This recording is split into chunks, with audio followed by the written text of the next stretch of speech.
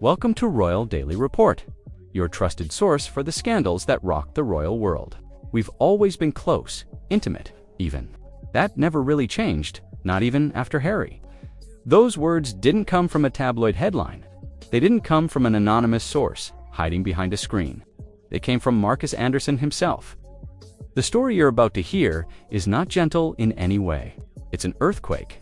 A story buried beneath silk and secrecy, polished smiles, and royal titles. It begins where fairy tales end, inside a world of calculated power, forbidden loyalty, and one man who held the keys to it all. The sentence, "We've always been close," was never meant to leave a quiet, private conversation. It slipped out naturally, almost casually, as if it were an obvious truth that didn't need explaining. But once those words escaped, they hit like an earthquake. Because Markus wasn't just anyone. He wasn't a distant acquaintance. He wasn't an old friend who faded into the background. He was a man who had been described for years as Meghan Markle's other half. Subscribe to Royal Daily Report now. Don't miss this shocking revelation. Asterisk. Think about it.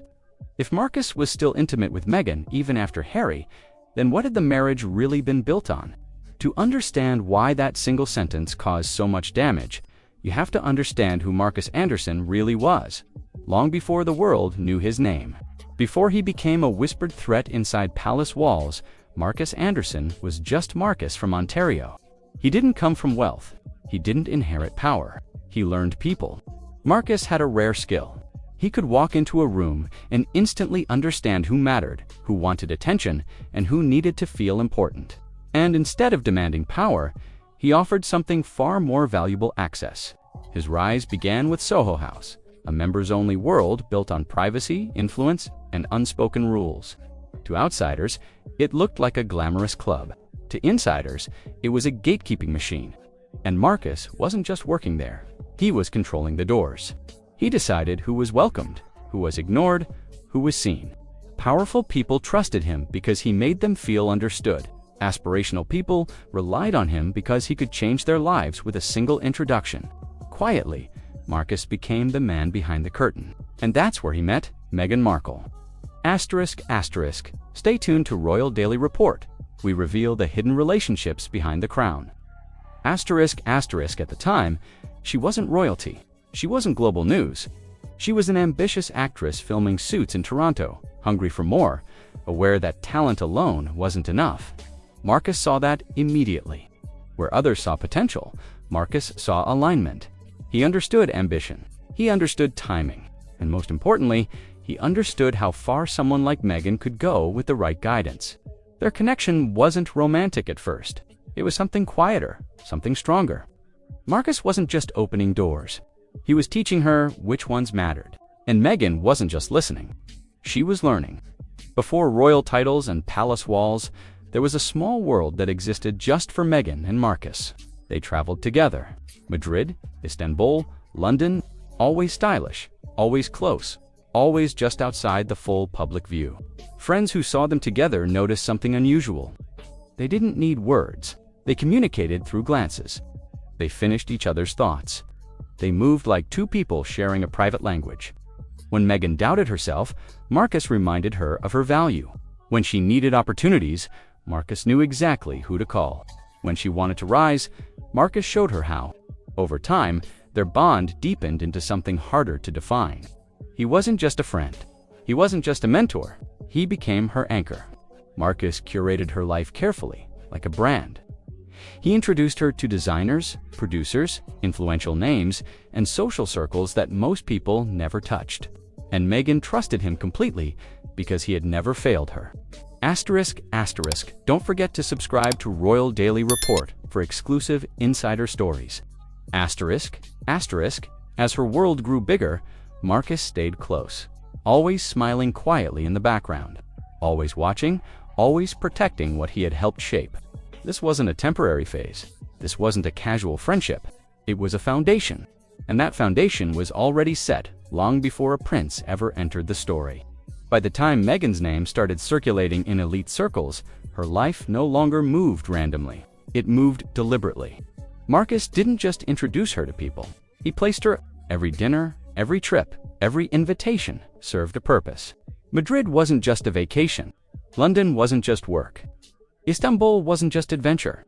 Each location came with meetings, conversations, and carefully chosen company. To Meghan, it felt natural.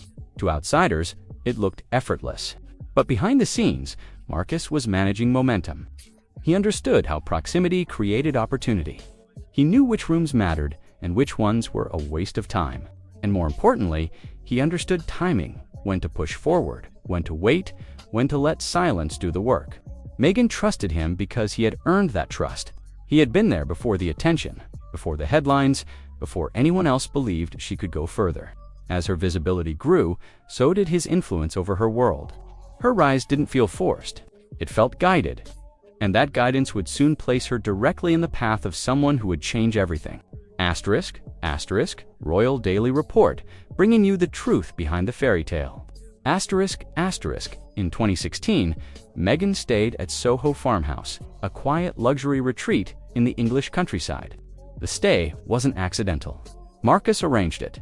He handled the booking. He managed the guest list. He controlled the setting.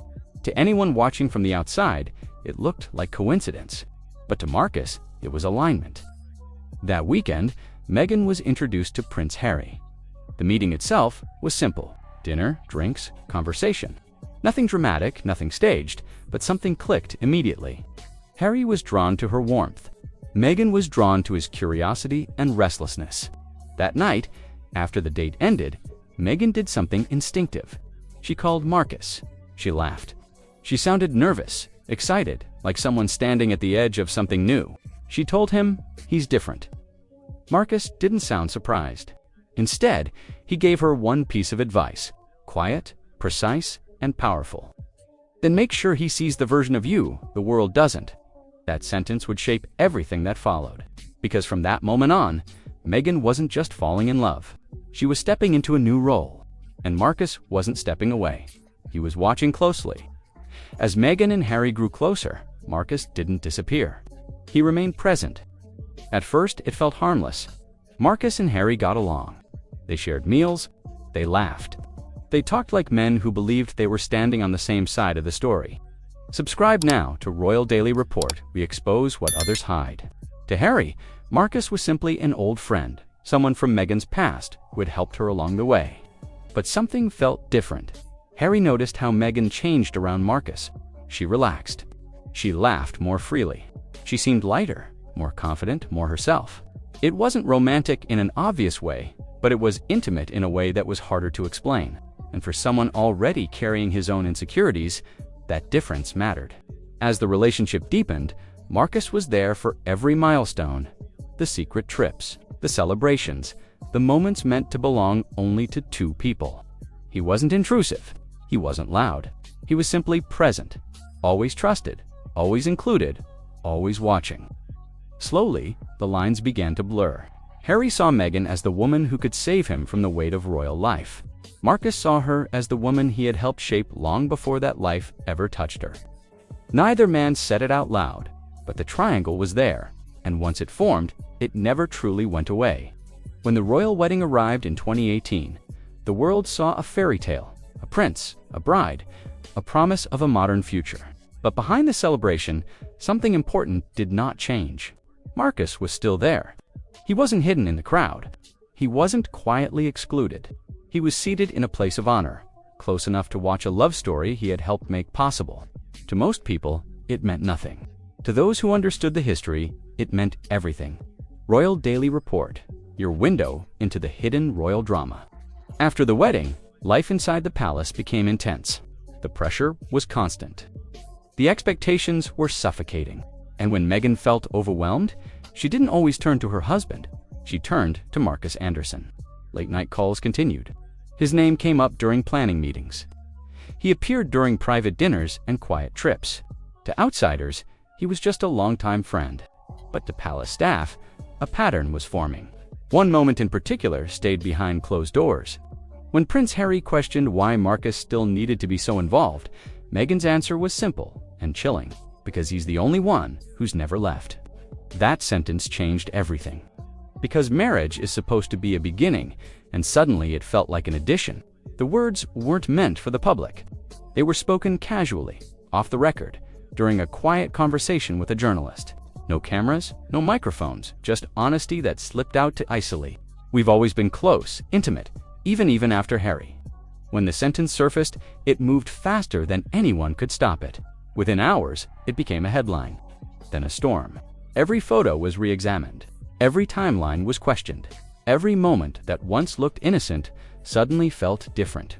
Inside the palace, panic set in. Phones buzzed. Statements were drafted. Legal teams were alerted. But the damage was already done. Subscribe to Royal Daily Report now and hit the bell icon. Never miss a scandal. Asterisk, asterisk, the words were simple, but their meaning was explosive. Inside those walls, the fear wasn't about gossip. It was about what the sentence suggested and what else might still be hidden. Because Marcus wasn't just a friend. He had been inside private spaces. He had seen private moments. He had been trusted. And now he had spoken. Harry didn't respond right away. He went quiet for days. He withdrew from conversations and avoided calls. Not because he didn't care, but because he was replaying everything. Every memory, every moment that had once felt normal. The text messages that disappeared too quickly, the lunches explained away as catching up, the way Meghan's expression softened whenever Marcus's name came up. The word intimate echoed in his mind. Arguments followed.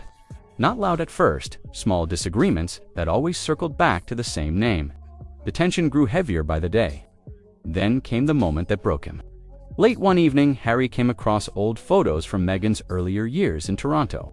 Image after image showed the same thing. Marcus beside her, hand on her shoulder, close, familiar, constant. That night, Harry didn't sleep. By morning, he was gone. He checked into a quiet retreat in Aspen, saying he needed space to think. It was the first real distance between them since leaving the palace. And in that silence, a question refused to leave him. Had he joined a story that never truly ended before he arrived? As the marriage cracked behind closed doors, fear spread quietly through the British establishment. This wasn't about tabloid drama anymore. It was about risk. Royal advisors held late-night meetings. NDAs were reviewed. Legal teams traced how the quote had leaked. One concern rose above all others. Not Meghan, not Harry, but Marcus. Because Marcus knew things. He had been present for years. He had watched the story form from the beginning. And if one sentence could cause this much damage, what would happen if he ever spoke again? Then, just as suddenly as he appeared, Marcus vanished. No interviews, no clarifications, no retractions, only silence. Meghan grew quieter. Her circle shrank. Trust became rare. Publicly, smiles returned. Privately, something had shifted forever. An invisible line now existed, one neither dared to cross again. The world moved on, as it always does, but the question never did. Was Marcus telling the truth? Was it loyalty? Was it revenge? Or was it simply a truth that had been buried too long? In the end, it may not matter, because what that confession exposed was bigger than scandal. It revealed something human beneath the crowns and titles. That even the most carefully constructed lives can rest on secrets. And that sometimes all it takes is one sentence to bring the entire illusion down. This was Royal Daily Report, uncovering the confessions that shatter royal marriages. Subscribe now and stay informed on every revelation that changes everything. Stay connected with Royal Daily Report, where one sentence can destroy a fairy tale.